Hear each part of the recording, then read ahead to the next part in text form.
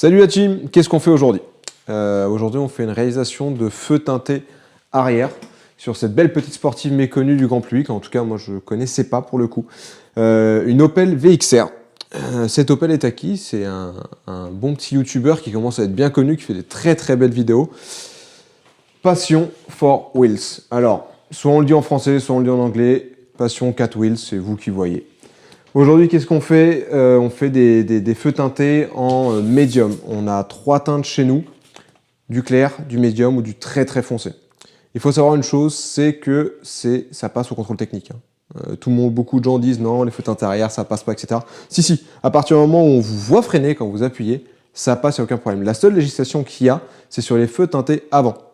Voilà, à l'arrière, vous pouvez mettre full black. À partir du moment où on vous voit freiner, il n'y a aucun problème.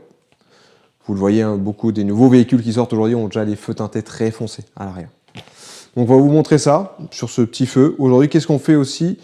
La demande du client est de laisser la partie blanche, qu'elle ne soit pas teintée. Alors pourquoi? C'est souvent qu'on le fait. C'est que dans la partie blanche, on va voir souvent le feu de recul. Et pour voir la nuit, c'est quand même mieux que quand c'est pas teinté.